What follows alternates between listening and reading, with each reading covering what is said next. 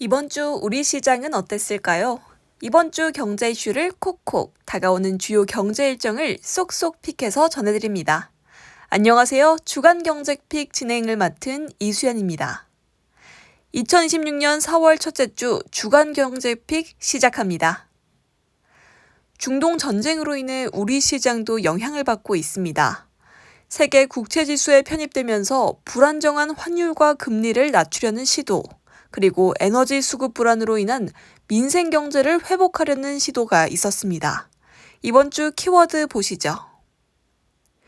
먼저 첫 번째 키워드, 세계 국채지수 편입입니다. 지난 4월 1일 우리나라 국채가 세계 국채지수 WGBI, 일명 윅비에 편입됐습니다.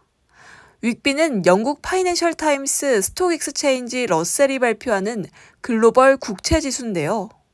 주요 연기금 등 글로벌 투자자들이 이 윅비를 벤치마크로 활용한다고 합니다. 윅비 편입은 즉 국채 시장의 신뢰도를 평가할 수 있는 척도로 볼 수 있습니다. 우리나라 국채가 편입되면서 전 세계 대형 연기금과 자산운용사 등 글로벌 투자기관들의 투자 자금이 정해진 비중만큼 자동으로 투자됩니다.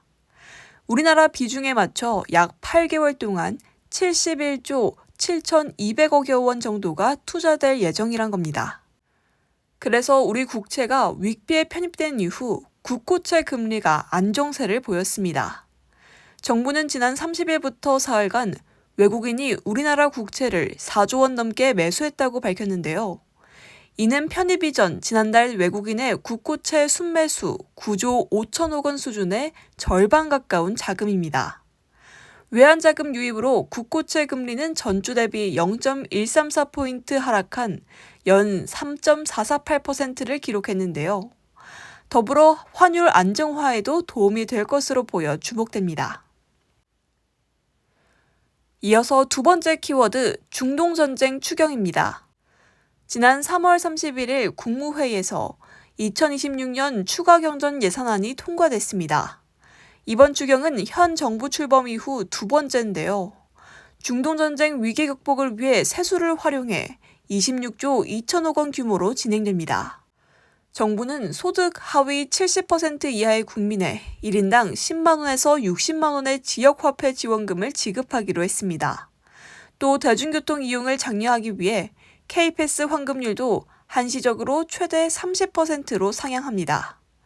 이외에도 석유 최고가격제로 인한 정유사들의 손실을 지원하고 취약계층 대상 에너지 바우처 5만 원을 지급하는 것을 포함해 소상공인, 청년 창업 지원, 농축수산물 할인 및 문화비 등도 지원한다는데요. 특이점은 나프타 수입 지원금으로도 5천억 원을 할당했다고 합니다. 이번 추경은 취약계층에게는 이르면 4월 말, 나머지 대상자에겐 5월 중 순차적으로 지급된다고 하는데요. 추경 예산안은 4월 10일 국회 본회의에서 처리될 예정이라고 합니다. 전쟁 장기화로 이어진 에너지 수급 불안을 잠재울 정부의 정책도 확인하시길 바랍니다. 이어서 다가오는 경제 일정도 전해드립니다. 6일 월요일 중국 시장은 청명절로 하루 쉬어갑니다. 8일에는 미국의 원유 재고가 발표되고요. 9일에는 미국 연방공개시장위원회의 회의록이 공개돼 향후 금리 결정에 대한 힌트를 얻을 것으로 보입니다. 같은 날 미국의 GDP와 신규 실업수당 청구 건수도 공개될 예정입니다. 이어서 10일에는 우리나라의 금리 결정이 나오고요. 미국의 소비자 물가지수, 근원 소비자 물가지수도 함께 발표됩니다. 15일은 우리나라 3월 실업률과 무역 수지가 나올 예정입니다. 이렇게 이번 주 주간 경제픽 전해드렸습니다. 한 주 경제를 정리하는 데 도움 되셨길 바랍니다. 고맙습니다.